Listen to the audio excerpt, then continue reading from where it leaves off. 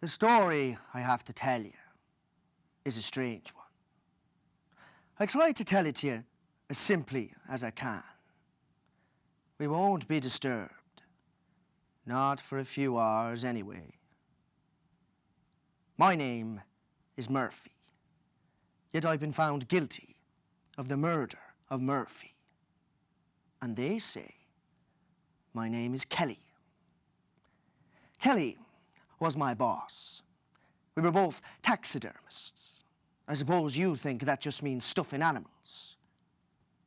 It's difficult to convey to the layman the complexities and subtleties of the taxidermist's art. That such a profession should combine the qualities of the zoologist, the naturalist, the chemist, the sculptor, and the carpenter. Anyway, Kelly ran the business. I was his assistant. He was a swinish, overbearing man, a brute, a bully. He hated me, but he enjoyed his hatred far too much to ever think of sacking me. You see, he knew I had a real interest in the work, that it was more than just a job for me. And so for this very reason, he gave me all the commonplace jobs. If some old lady brought her favourite terrier in to be done, well, that was mine. Cats, dogs, Shetland ponies, white rabbits, they were all strictly my department. I could do that kind of work in my sleep. But if a crocodile came in, or a great Borneo spider, or, as on one occasion, a giraffe, well, Kelly kept all those for himself. Another thing was my smoking. For years, in that tiny workshop, Kelly taunted me about my smoking. Murphy, this place smells like a sewer. Have you been smoking those damn cigarettes again, huh? I impersonated Kelly well, and enjoyed doing so behind his back. Matters, however, came to a head one day when Kelly was in an even filthier temper than usual.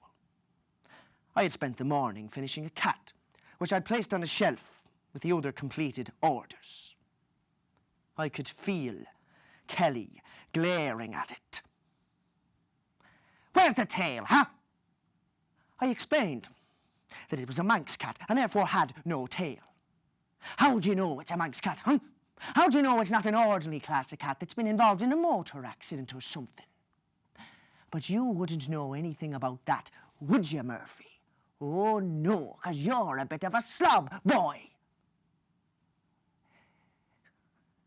This fool called me a slob.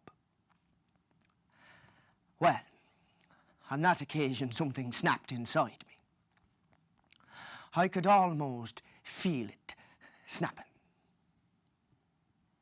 This loathsome creature was bending over to put on his bicycle clips.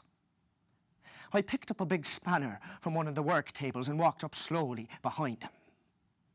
He turned around and looked at me, looked at the spanner, looked back at me again, and the ghost of a sneer shivered across his ignorant pulse.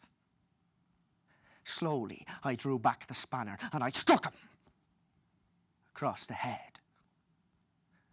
He slumped over with a cry, and I hit him again. Blow after blow after blow. I rained down on him.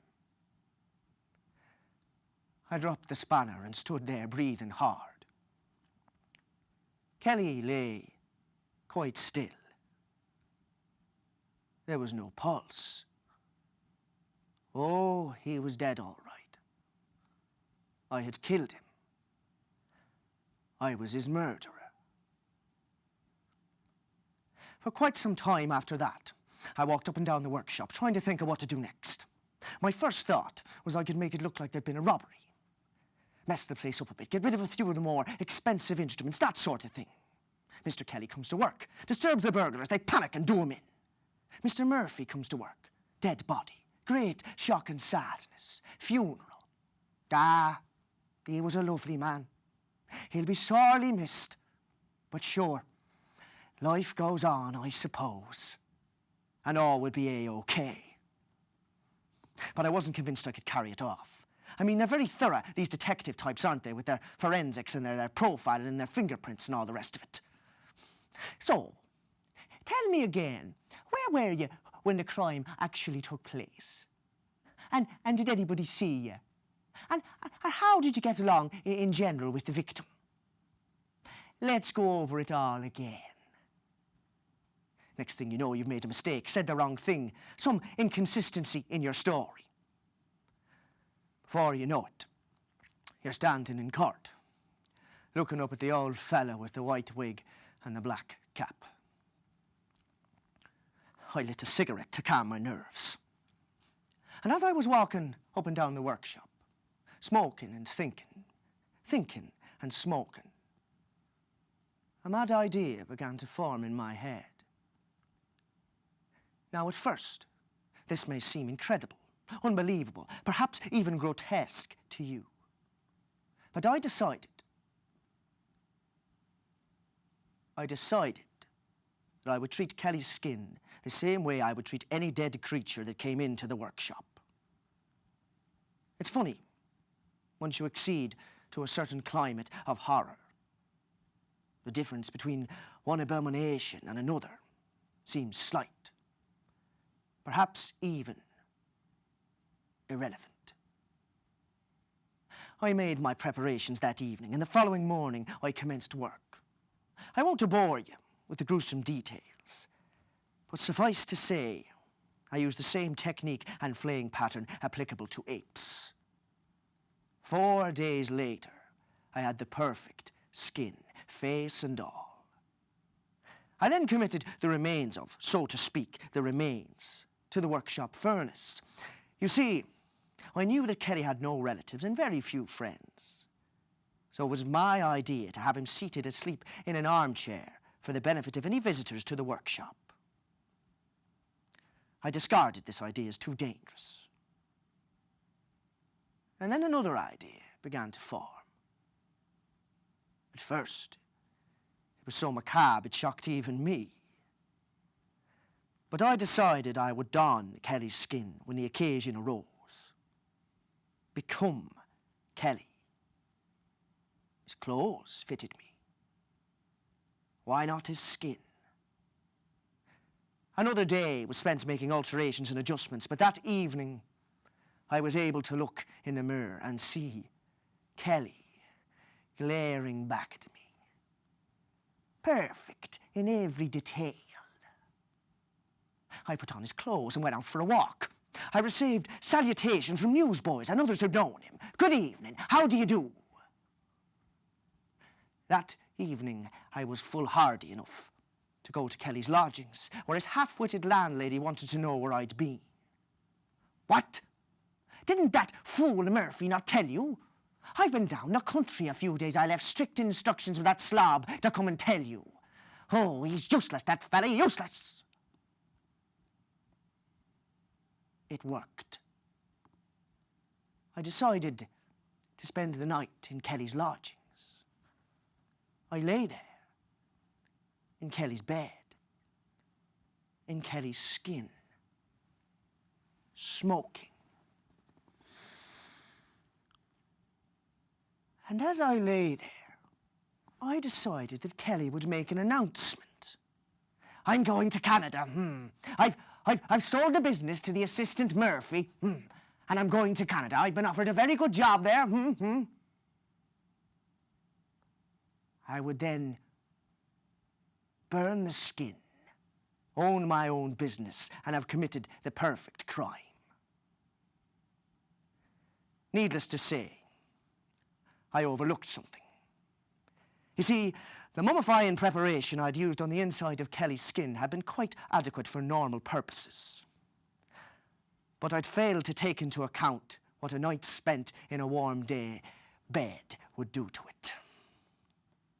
The truth became apparent the next day when I returned to the workshop and tried to take off Kelly's skin.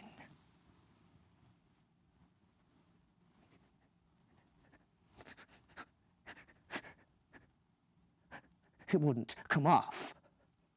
It had literally fused with my own. Over the days that followed, this disgusting process continued. Kelly's skin began to breathe again, to live, to perspire. There followed some days of terrible tension. My own landlady showed up wanting to know where I'd been. She said it wasn't like me at all, and she was thinking of calling the guards. I daren't try to dissuade her in case her own suspiciousness overcame her stupidity. But from that moment on, I knew that my Kellyness was complete. It was that or the scaffold. My nerves were shredded. I hit the jar hard. That night, I was in my snooker club, well, Murphy's snooker club, having a cigarette and looking at a game, when suddenly I realised that Kelly didn't smoke and Kelly didn't like snooker either. The shock of it made me hysterical. I behaved inappropriately. And then, from across the room, I saw some of my old pals looking at me, as much as to say, "What's that fella Kelly doing here? And where's Murphy these days? I haven't seen him or heard from him in ages." The next day, two casual gentlemen strolled into the workshop. "Can we have a little chat?" says the big fella. They were plainclothes men, making routine inquiries. My assistant, Murphy, had been reported missing by several people. Any idea where he might be? No, I haven't seen him, no. He didn't seem obsessed, but he was the impetuous type, you know. I had to reprimand him recently for shoddy work, and on many occasions he's threatened to go to England and get a job there. Oh, yes, I've been away myself. Several days down the country, talks of opening a natural history museum, that sort of thing, you know. It worked. They seemed satisfied and left. Only several days later, they returned with a warrant, searched the premises, and arrested me for the murder of Murphy, myself. In due course, they proved this charge with the help of carefully amassed evidence, including the remains of human bones found in the workshop furnace. I was found guilty and am sentenced to be hanged. Even if I could prove my innocence, show that Murphy still lives by shedding this accursed skin, what good would it do me? Where, they would ask, is Kelly?